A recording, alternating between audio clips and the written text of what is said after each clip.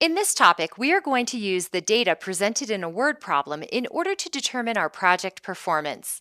We will start by identifying the key information in the problem. Let's take this one sentence at a time. Sentence 1 says, we have $100,000 left of our budget of $120,000 for the writing of a technical manual. Can you identify what key information that is telling us? You may pause the video at any time to determine the answer, and then resume the video when you're ready to hear the correct answer. There are actually two bits of key data in this sentence. If you identified both of them, that is very good. If you said the budget at completion, or BAC, is $120,000, that is correct. But did you also make the connection that we have spent $20,000? That would be our actual cost, or AC. Let's move to the next sentence. The manual will be 800 pages. Is there any obvious data here? You can pause now and resume when you're ready. This sentence is an example of extraneous information. When managing projects, you will have to sort through the irrelevant details and identify the information you need. So we will skip this sentence and move to the next one. We have completed 20% of the work and 25% of our scheduled time has passed. With this information, what can we determine? If you need a hint, remember the percent of work completed is important for calculating earned value, or EV, and the percent of time passed is important for calculating planned value, or PV. Since we already know the BAC, we should be able to calculate both the EV and PV. Take a moment to calculate the EV and PV. Pause the video if you'd like more time, and then resume. If you said that the earned value, or EV, is $24,000 and the planned value, or PV, is $30,000, nice job! You can get the EV by multiplying the BAC of $120,000 by the percentage completed of 20%. And you can get the PV by multiplying the BAC of $120,000 times the percentage of time passed, or 25%. Once you have identified the raw work performance data, including BAC, EV, PV, and AC, you can turn this raw data into work performance information, which is meaningful information about your project performance. Let's start with the schedule.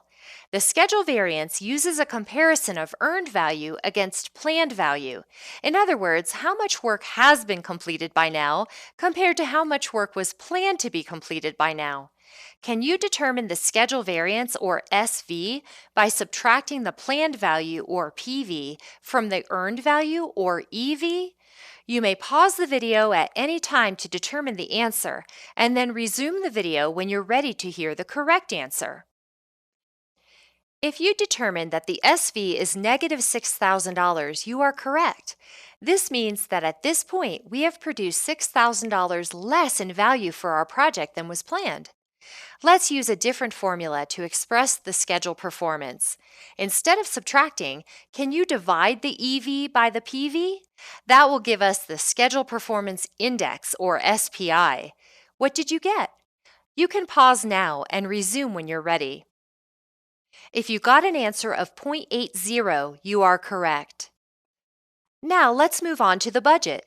The cost variance uses a comparison of earned value against actual cost. In other words, how much work has been completed by now compared to how much money we have spent to accomplish the work. Can you determine the cost variance, or CV, by subtracting the actual cost, or AC, from the earned value, or EV? If you'd like more time to think about your answer, just pause the video and resume when you're ready. If you determine that the CV is $4,000, you are correct. This means that at this point, we spent $20,000 to create $24,000 in value. Let's calculate the Cost Performance Index, or CPI, by dividing the EV by the AC. What do you get?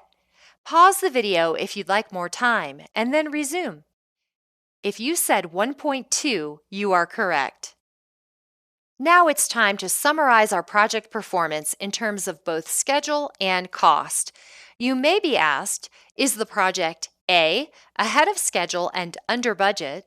B. Ahead of schedule and over budget. C. Behind schedule and under budget. Or D. Behind schedule and over budget.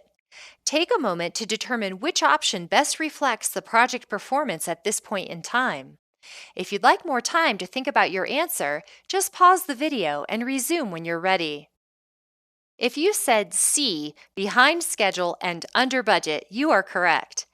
A good project manager can take this work performance information one step further and make a recommendation to bring the project's schedule back in line.